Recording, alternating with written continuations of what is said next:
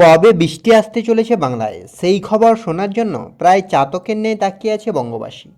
কিন্তু এই মুহূর্তে কোনো কিছু করার নেই, এই মুহূর্তে কোনো নতুন আপডেট দিচ্ছে না আলিপুর আবহাওয়া দপ্তর। আপাতত তাপপ্রবাহের পরিস্থিতি বজায় থাকবে, সেটা আমরা আগেই বলেছিলাম যে এই মাস কিন্তু এপ্রিল মাস জুড়েই কিন্তু তাপপ্রবাহের পরিস্থিতি বজায় থাকবে, আপাতত বৃষ্টির কোনো সম্ভাবনা নেই। আর সেই পরিস্থিতি কিন্তু তৈরি হচ্ছে আপাতত। তবে আপনার মে মাসের শুরু থেকেই কিন্তু কিছুটা আবহাওয়ার পরিবর্তন হতে পারে, আর প্রচুর পরিমাণে জলীয় বাষ্প ঢুকবে বঙ্গোপসাগর থেকে, যার প্রভাবে কিন্তু বৃষ্টির সম্ভাবনা তৈরি হবে দক্ষিণবঙ্গের একাধিক জেলায়, এছাড়া উত্তরবঙ্গের ক্ষেত্রেও। তবে এই মুহূর্তে আপাতত তাপপ্রবাহের পরিস্থিতি বজায় থাকবে।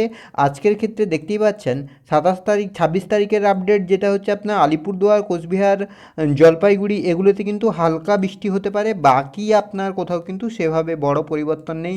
মালদা, দুই দিনাজপুর এগুলোতে আপনার তাপপ্রবাহ চলছে। এছাড়া আপনার এদিকে পশ্চিম বর্ধমান, এদিকে আপনার বাঁকুড়া, দুই মিদনাপুর, আর এদিকে আপনার ঝাড়গ্রাম এগুলোতেও কিন্তু অতি তাপপ্রবাহ চলছে। আর এই পরিস্থিতি কিন্তু আগামী 27, 28, 29 এগুলোতেও কিন্তু একইভাবে পরিস্থিতি বজায় থাকবে। তবে আপনার যেটা লক্ষ্য করা যাচ্ছে, মাসের শেষের দিকে, মানে আপনার এপ্রিল মাসের শেষের দিকে কিন্তু হালকা আবহাওয়ার পরিবর্তন হবে, আর মে মাসের শুরু থেকেই কিন্তু বৃষ্টির সম্ভাবনা তৈরি হবে। সেটা অবশ্যই আমরা আগে গিয়ে লক্ষ্য করব। তো আপনারা চাইছেন যে বৃষ্টির খবর প্রতিদিন একই আবহাওয়ার আপডেট উঠে আসছে, কিন্তু এই মুহূর্তে তো কিছু করার নেই, কারণ এই মুহূর্তে যে পরিস্থিতি আমরা সেটাই তুলে ধরার চেষ্টা করছি। তো এই মাস পুরো কিন্তু আপনার তাপপ্রবাহের পরিস্থিতি বজায় থাকবে। তো এবার যদি আমরা উইন্ডির আপডেটের দিকে লক্ষ্য করি যে উইন্ডির আপডেট কি বলছে, তার আগে আপনার এদিকে 27 তারিখের ক্ষেত্রে, মানে আগামীকালকের ক্ষেত্রে কিন্তু তাপপ্রবাহটা একটু কমতে পারে। আর যদিও আপনার আপাতত সেভাবে বড় কোনো পরিবর্তন নেই। 26, 27, তো 26, 27-এর ক্ষেত্রে লাল সতর্কতা, রেড অ্যালার্ট যেটা থাকছে বাঁকুড়া, ঝাড়গ্রাম, দুই মিদনাপুর আর পশ্চিম বর্ধমান। অরেঞ্জ অ্যালার্ট থাকছে আপনার 2 চব্বিশ পরগনা আর আপনার পূর্ব বর্ধমান, বীরভূম, হাওড়া, হুগলি।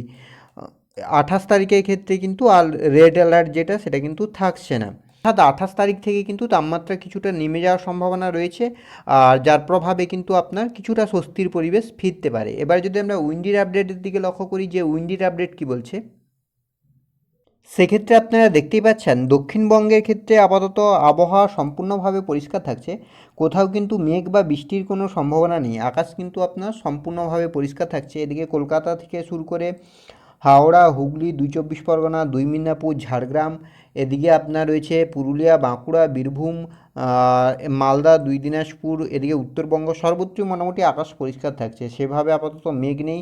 এছাড়া আপনার এদিকে বাংলাদেশ এবং ত্রিপুরার ক্ষেত্রেও আপাতত সেভাবে বড় পরিবর্তন নেই। তবে ত্রিপুরা হয়ে এদিকে আপনার নাগাল্যান্ড, মণিপুর, অর্থাৎ এদিকে উত্তর পূর্বের যে অঞ্চলগুলি রয়েছে এগুলোতে কিন্তু আপনার হালকা মেঘ থাকছে, আর মাঝে মাঝে বৃষ্টির সম্ভাবনাও তৈরি হতে পারে। এবারে যদি আমরা একটু বজ্রবিদ্যুৎ সহ বৃষ্টির দিকে লক্ষ্য করি যে বৃষ্টির কোনো সম্ভাবনা কি আদৌ তৈরি হচ্ছে, তো সেক্ষেত্রে যদি আমরা লক্ষ্য করি বজ্রবিদ্যুৎ সহ ঝড় বৃষ্টির ক্ষেত্রে আজকের ক্ষেত্রে কিন্তু আপনার কোথাও সেভাবে বড় কোনো পরিবর্তন নেই। উত্তর পূর্ব ভারতের এই অঞ্চলগুলিতে কিন্তু হালকা বৃষ্টির সম্ভাবনা তৈরি হচ্ছে, বাকি কোথাও কিন্তু সেভাবে বৃষ্টির কোনো সম্ভাবনা নেই। শনিবার 27 তারিখ, সেক্ষেত্রেও আপনার বড় কোনো আপাতত পরিবর্তন লক্ষ্য করা যাচ্ছে না, মানে আগামীকালকের ক্ষেত্রেও সেভাবে বৃষ্টি নেই। তবে বাংলাদেশের কিছু কিছু অংশে হালকা বৃষ্টির সম্ভাবনা তৈরি হচ্ছে। রবিবার 28 তারিখের ক্ষেত্রেও আপনার সেভাবে আপাতত বৃষ্টি নেই। দক্ষিণবঙ্গের ক্ষেত্রে আপাতত আকাশ সম্পূর্ণভাবে শুষ্ক থাকছে, আর্দ্র উষ্ণ আবহাওয়া থাকবে। আর বিকেলের দিকেও আপনার সেভাবে আপাতত বৃষ্টি নেই, তবে আপনার বলেইছিলাম যে উত্তর পূর্ব ভারতের বিস্তীর্ণ অঞ্চলগুলিতে বৃষ্টি হতে পারে, সেই অনুযায়ী কিন্তু এই অঞ্চলগুলিতে হালকা থেকে মাঝারি বৃষ্টির সম্ভাবনা বজায় থাকছে। সোমবার 29 তারিখ, সেক্ষেত্রেও আপনার সেভাবে বৃষ্টি নেই, তবে ত্রিপুরার বিস্তীর্ণ অঞ্চল আর বাংলাদেশের কিছু কিছু অংশে বজ্রবিদ্যুৎ সহ হালকা বৃষ্টির সম্ভাবনা তৈরি হচ্ছে। মঙ্গলবার 30 তারিখ, সেক্ষেত্রেও বৃষ্টি নেই। বুধবার 1 তারিখ, মানে আগামী মাসের 1 তারিখ, তো আগামী মাসের 1 তারিখের দিকে কিন্তু হালকা থেকে মাঝারি বৃষ্টির সম্ভাবনা তৈরি হচ্ছে আপনার ত্রিপুরায় বিস্তীর্ণ অঞ্চল, আর সেই সঙ্গে বাংলাদেশ আর আপনার দক্ষিণবঙ্গের গাঙ্গেয় বঙ্গের কিছু কিছু অংশে কিন্তু হালকা থেকে মাঝারি বৃষ্টির সম্ভাবনা থাকছে, মানে আগামী মাসের শুরু থেকেই। বৃহস্পতিবার 2 তারিখ, সেক্ষেত্রেও আপনার সেভাবে আপাতত বড় কোনো পরিবর্তন লক্ষ্য করা যাচ্ছে না দক্ষিণবঙ্গে, তবে বাংলাদেশ এবং ত্রিপুরার ক্ষেত্রে, এছাড়া আপনার এই উত্তর পূর্ব ভারতের এই অঞ্চলগুলো থেকে ক্ষেত্রে কিন্তু বজ্রবিদ্যুৎ সহ বৃষ্টির সম্ভাবনা তৈরি হচ্ছে।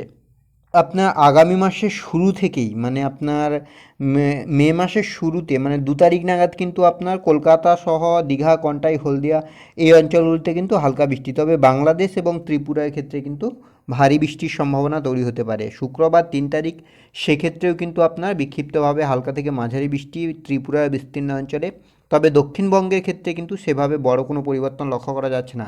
তবে আপনার যেটা লক্ষ্য করা যাচ্ছে, শুক্রবার নাগাদ কিন্তু আপনার বাংলাদেশের ঢাকা, খুলনা, বরিশাল, এছাড়া আপনার আমার পশ্চিমবঙ্গের ক্ষেত্রে কলকাতা সহ বাংলাদেশ লাগোয়া অঞ্চল, এই অঞ্চলগুলিতে কিন্তু হালকা থেকে মাঝারি বৃষ্টি, সেই সঙ্গে কিন্তু কালবৈশাখীর একটা সম্ভাবনা তৈরি হচ্ছে।